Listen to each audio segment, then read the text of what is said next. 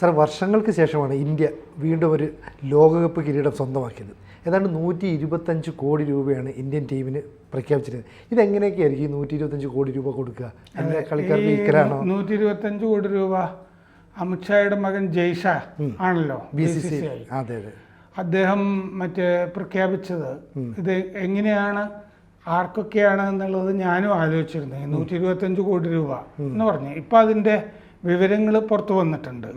അതിൽ 5 കോടി രൂപ 15 കളിക്കാരാണല്ലോ, 5 കോടി രൂപ അവർക്ക് കൊടുക്കുന്നു. 2.5 കോടി രൂപ ചീഫ് കോച്ച് രാഹുൽ ദ്രാവിഡിന് കൊടുക്കുന്നു.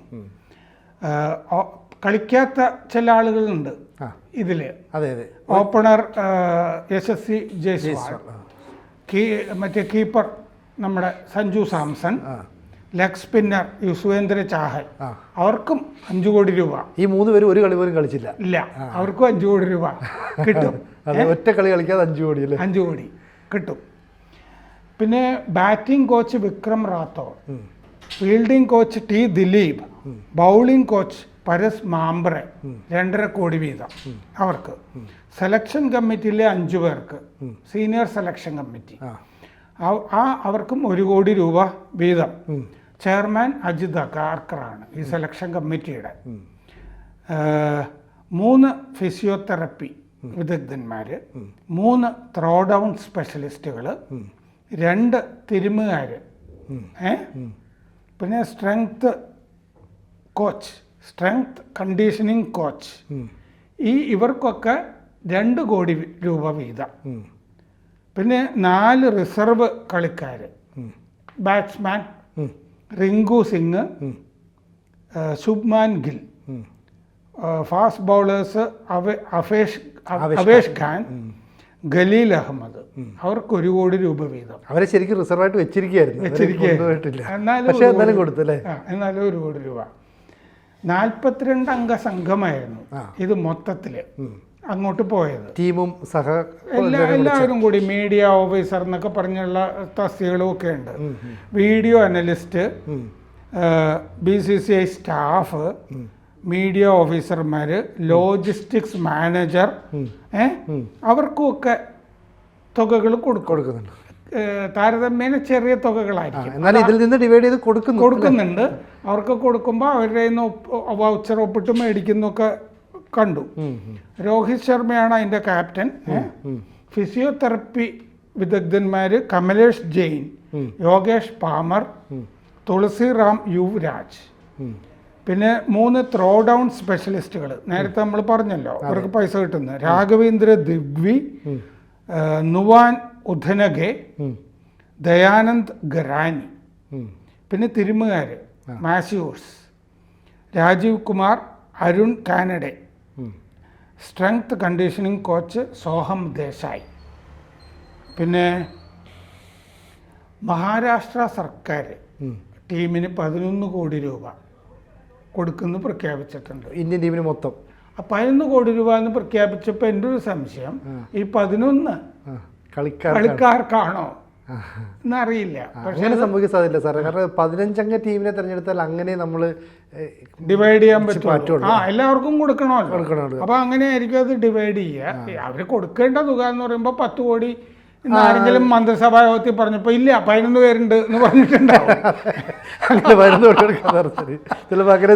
അങ്ങനെ സംഭവിച്ചതായിരിക്കും. അപ്പം 2013 ധോണി ക്യാപ്റ്റനായിരിക്കുമ്പോൾ ചാമ്പ്യൻസ് ട്രോഫി നമ്മൾ നേടി. അതെ, അന്ന് ഓരോ കളിക്കാരനും 1 കോടി രൂപ കൊടുത്തു. അതും BCCI തന്നെ കൊടുത്തു. അതെ. സപ്പോർട്ട് സ്റ്റാഫിന് 30 ലക്ഷം രൂപ വീതം കൊടുത്തു. ഇപ്പൊ ഭയങ്കര ധനിക സംഘടനയാണ്, ലോകത്തെ തന്നെ ഏറ്റവും വലിയ. മാത്രമല്ല ഇപ്പൊ ICCയുടെ തന്നെ നേതാവ് വലിയ സ്ഥാനത്തേക്ക് ജയ്ഷാ വരും എന്നൊക്കെ റിപ്പോർട്ടുകൾ കാണുന്നുണ്ട്. 2011 50 ഓവർ വേൾഡ് കപ്പ്, 50 ഓവർ ലോകകപ്പ് കിട്ടിയപ്പോൾ മുംബൈയിൽ വെച്ച് ധോണി തന്നെ ക്യാപ്റ്റൻ 1 കോടി രൂപ വീതം ആദ്യം പ്രഖ്യാപിച്ചു കൊടുക്കുന്നു. പക്ഷേ നേരത്തെ 1 കോടി കൊടുത്താണല്ലോ, അതുകൊണ്ട് 2 കോടിയാക്കിയിട്ട് കൂട്ടി കൊടുത്തു. ഓരോ കളിക്കാർക്കും 2 കോടി കിട്ടി. സപ്പോർട്ട് സ്റ്റാഫിന് 50 ലക്ഷം രൂപ വീതം, സെലക്ടർമാർക്ക് 25 ലക്ഷം രൂപ വീതം കൊടുത്തു. 2007 ധോണി തന്നെ ക്യാപ്റ്റനായിരിക്കുമ്പോൾ, ഇത് വായിക്കുമ്പോഴാണ് ധോണിയുടെ കാലത്താണ് വലിയൊരു കുതിച്ചുചാട്ടം ഉണ്ടായതെന്ന് തോന്നുന്നു. 2007 ധോണി തന്നെ ക്യാപ്റ്റനായിരിക്കുമ്പോൾ T20 ആദ്യത്തെ വേൾഡ് കപ്പ് അന്ന് ജയിച്ചപ്പോൾ 12 കോടി രൂപ ടീമിനോട് കിട്ടി. 1983 വളരെ പഴയ കഥ, ലോകകപ്പ്. ആ ലോകകപ്പിന്റെ പിന്നീട് ഏതൊരു കളിക്കാലത്ത് ആ ലോകകപ്പിനെ പറ്റിയിട്ടുള്ള ഓർമ്മകൾ പങ്കുവെക്കാനായിട്ട് ഞാൻ മുഹീന്ദർ അമർനാഥിനോട് പറഞ്ഞിരുന്നു. അദ്ദേഹം എഴുതി തന്നു. അപ്പൊ അതിന് കൊടുത്ത പ്രതിഫലം അദ്ദേഹത്തിന് വലിയ അത്ഭുതമായിരുന്നു. 10-30 കൊല്ലം മുമ്പ് ഒരു വലിയ തുക കൊടുത്തു. അത് 1983 ആദ്യത്തെ ലോകകപ്പ് കിട്ടിയപ്പോൾ കൊടുക്കാനായിട്ട് BCCയുടെ കയ്യിൽ പൈസ ഉണ്ടായിരുന്നില്ല. ആദ്യമായിട്ട് ഇന്ത്യ ലോകകപ്പ് നേടിയ സമയത്ത് അല്ലേ, അത്രയും ദരിദ്രാവസ്ഥയായിരുന്നു. ഇന്നിപ്പോഴോ അതെ, ഇപ്പൊ 125 കോടി രൂപ. എന്തൊരു വ്യത്യാസമാണ്. അതാണ് ഞാൻ ഈ 1983 എന്ത് സംഭവിച്ചു എന്ന് നോക്കിയത്. എന്നിട്ട് എന്തെങ്കിലും കൊടുക്കണമല്ലോ. അപ്പൊ BCCI എന്ത് ചെയ്തു എന്ന് വെച്ച് കഴിഞ്ഞാല്, അവര് നേതാക്കള് BCCIയുടെ ലതാ മങ്കേഷ്കറുടെ വീട്ടിൽ പോയി. എന്നിട്ട് ലതാ മങ്കേഷ്കറിനോട് പറഞ്ഞു, ഇങ്ങനൊരു സംഭവം ഉണ്ടായിട്ടുണ്ട്, നമ്മളെന്തെങ്കിലുമൊക്കെ ചെയ്യണമല്ലോ, അങ്ങ് ഈ ദേശഭക്തി ഗാനമൊക്കെ പാടിയിട്ടുണ്ടല്ലോ, അപ്പോൾ അതുകൊണ്ട് ഒരു ഗാനമേള, ഒരു ഷോ ലതാ മങ്കേഷ്കർ ഷോ, അവർക്ക് കാശ് കൊടുക്കാൻ വേണ്ടിയിട്ട് നിങ്ങൾ വന്ന് പാടണം എന്ന് പറഞ്ഞിട്ട് അവർ പാടി. അങ്ങനെ ആണ് ഗാനമേള നടത്തിയ പൈസ കൊണ്ടാണ് ആ ഷോയിലൂടെ കിട്ടിയ പൈസയാണ് കൊടുക്കുന്നത് അല്ലേ, ക്രിക്കറ്റ് ടീമിന് അന്ന് കൊടുത്തത്. ഇത് ഇനി നോക്കുകയാണെങ്കിൽ 4 കാറ്റഗറി ആയിട്ട്, 4 വിഭാഗങ്ങളായിട്ട് ക്രിക്കറ്റർമാരെ തിരിച്ചിട്ടുണ്ട് BCCI. അതനുസരിച്ചിട്ടാണ് മാച്ച് ഫീഡൊക്കെ കാര്യമാണ് ഇനി ഞാൻ പറയാൻ പോകുന്നത്. ഈ ഗ്രേഡ് ആയിട്ട് തിരിക്കുന്നത്. ഇതിപ്പോ 1983 മുതൽ ഇതുവരെയുള്ള കഥ മനസ്സിലായി. അത് A+, A, B, C ഇങ്ങനെ 4 കാറ്റഗറിയാണ്. A+ ഒരു വർഷം മാച്ച് ഫീക്ക് പുറമെ 7 കോടി രൂപ കൊടുക്കും. അങ്ങനെ കരാറൊപ്പിടുന്ന BCCI. A കാറ്റഗറിയിലുള്ളവർക്ക് 5 കോടി രൂപ കൊടുക്കും. B കാറ്റഗറിയിലുള്ളവർക്ക് 3 കോടി രൂപ കൊടുക്കും. C കാറ്റഗറിയിലുള്ളവർക്ക് 1 കോടി രൂപ കൊടുക്കും. ഈ C കാറ്റഗറിയിലാണ് സഞ്ജു സാംസൺ ഉള്ളത്. ഇനി A+ലുള്ളവർ ഇപ്പോഴത്തെ അവസ്ഥയിൽ A+ലുള്ളവർ അത് ഈ 3 ടെസ്റ്റ് അല്ലെങ്കിൽ 8 ODI അങ്ങനെയാണ് അത് നോക്കുന്നത്. A+ലുള്ളത് രോഹിത് ശർമ്മ, വിരാട് കോഹ്ലി, ബുംറ, രവീന്ദ്ര ജഡേജ, അവരാണ് A+. 4 പേര്.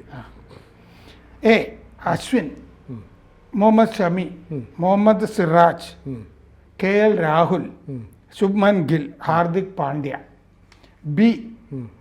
ബിയിലുള്ളത് ശിവകുമാർ യാദവ്, ഋഷഭ് പന്ത്, സൂര്യകുമാർ യാദവ്, ഋഷഭ് പന്ത്, കുൽദീപ് യാദവ്, അക്സർ പട്ടേൽ. ചിലപ്പോൾ അക്സർ പട്ടേലിന്റെ നിലം മെച്ചപ്പെടാൻ സാധ്യതയുണ്ടല്ലോ. ഈ വേൾഡ് കപ്പിൽ ആരും പ്രതീക്ഷിക്കാതെ വലിയ പെർഫോമൻസ് ആണ്. അപ്പൊ ബിന്ന് ചിലപ്പോൾ എയിലേക്ക് വരുമായിരിക്കും. അക്സർ പട്ടേൽ, യശസ്വി ജയ്സ്വാൾ. C കാറ്റഗറിയിൽ റിങ്കു, തിലക് വർമ്മ, ഋതുരാജ് ഗേക്വാദ്, ഷാർദുൽ താക്കൂർ, ശിവം ദുബെ, രവി ബിഷ്ണോയ്, ജിതേഷ് ശർമ്മ, വാഷിംഗ്ടൺ സുന്ദർ, മുകേഷ് കുമാർ, സഞ്ജു സാംസൺ, അർഷ്ദീപ് സിംഗ്, KS ഭാരത്, പ്രസിദ്ധ് കൃഷ്ണ, അവേഷ് ഖാൻ, രജത് പട്ടിദാർ. ഇതാണ് ഈ ക്രിക്കറ്റർമാരുടെ ഗ്രേഡ്. ഇത്രയും പേരൊക്കെയാണ് BCCI കരാറൊപ്പിട്ടിരിക്കുന്നത്. സാർ, അപ്പോൾ ഈ ഇന്ത്യ സത്യത്തിൽ ഈ ലോകകപ്പിന്റെ വിജയത്തോടുകൂടി ഒരു വലിയ കുതിച്ചാട്ടോ. അപ്പോൾ കഴിഞ്ഞ ദിവസം നമ്മൾ ജൂഹു ബീച്ചിലൊക്കെ കണ്ടായിരുന്നു. അർജന്റീന ലോകകപ്പായിട്ട് ചെന്നതിനെക്കാട്ടിയും വലിയ ആൾക്കൂട്ടമാണ്. പക്ഷേ ഈ വലിയ ആൾക്കൂട്ടം കണ്ട് നമ്മുടെ കരിയർ ഇങ്ങനെ ഇത് ക്രിക്കറ്റിൽ വലുതായിട്ട് പോകുമ്പോൾ മറ്റ് കായിക ഇനങ്ങളുടെ ശവക്കുഴി തോണ്ടുകൂടിയല്ലേ. ഒരു ഫുട്ബോൾ കാണാനോ ഒരു ടെന്നീസ് കാണാനോ ഹോക്കി കാണാനോ പ്രേക്ഷകരില്ല, അല്ല മീൻസ് കാണികൾ വരുന്നില്ല.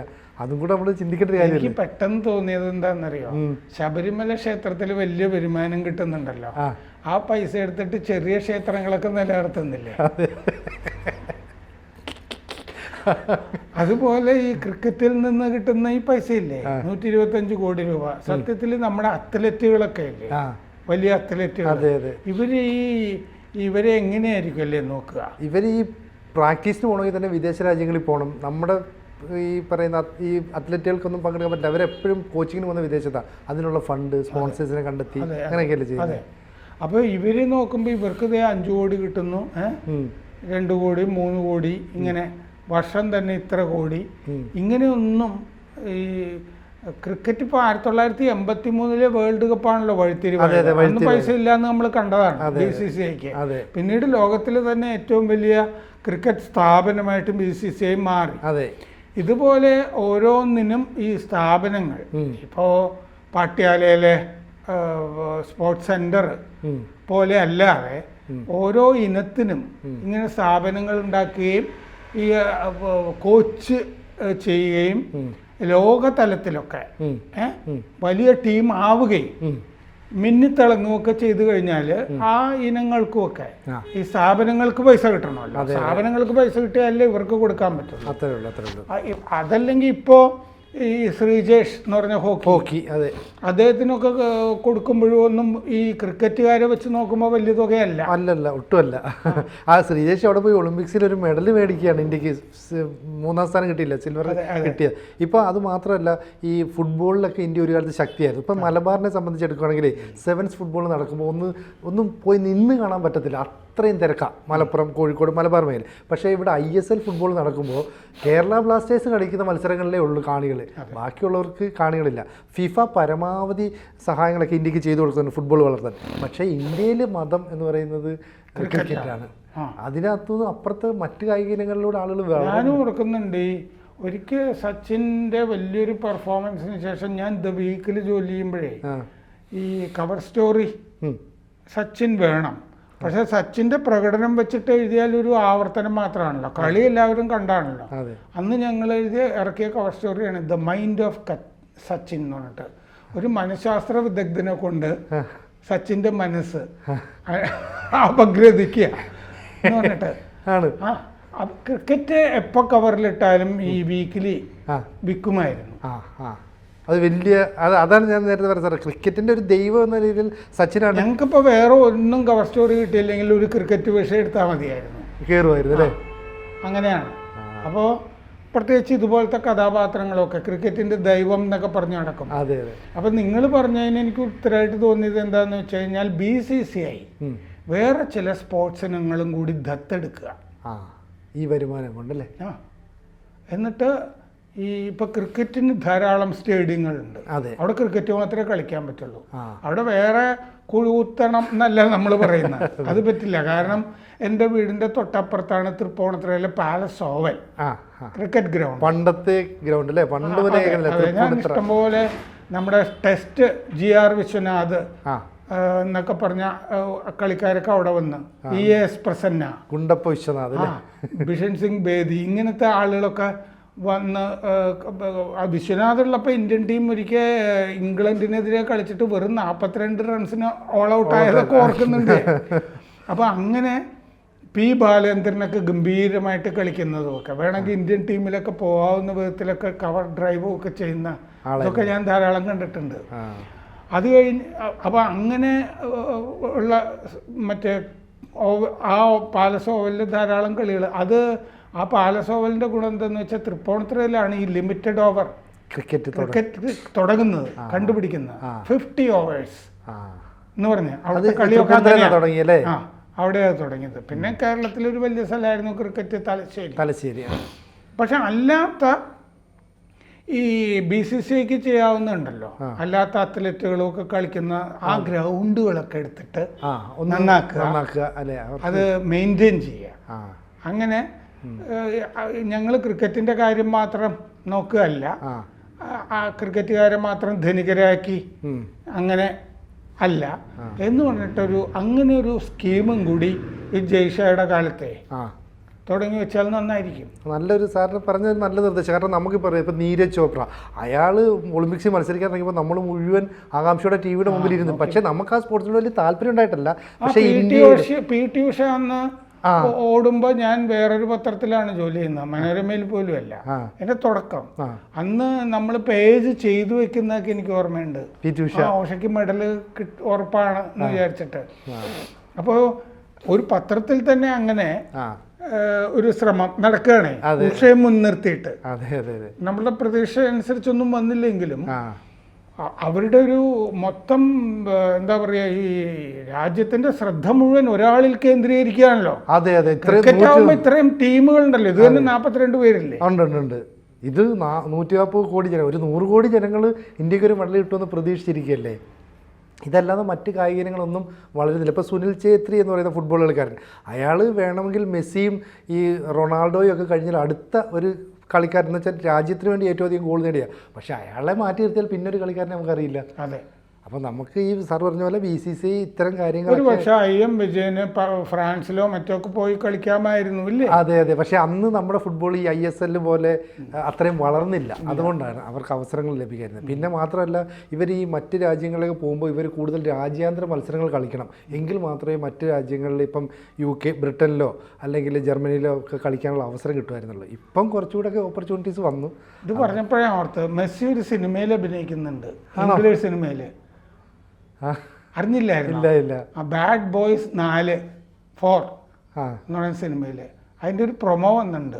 മെസ്സിക്ക് അധികം ഇംഗ്ലീഷ് ഒന്നും അറിയില്ലല്ലോ. അപ്പൊ യു ആർ ബാഡ് ബോയ്സ് അങ്ങനെ എന്തോ പറയുന്ന ഒരു ചെറിയ ക്ലിപ്പ് വന്നിട്ടുണ്ട്. ഷൂട്ടൊക്കെ തുടങ്ങി വന്നിട്ടുണ്ട്.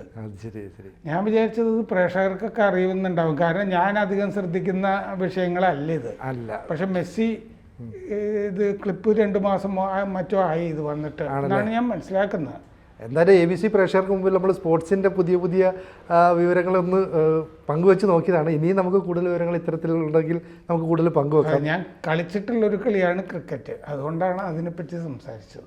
കൂടുതൽ വാർത്തകളും വിശേഷങ്ങളും നിങ്ങളിലേക്ക് എത്താൻ ABC മലയാളം സബ്സ്ക്രൈബ് ചെയ്യുക, ബെൽ ബട്ടണും അമർത്തുക.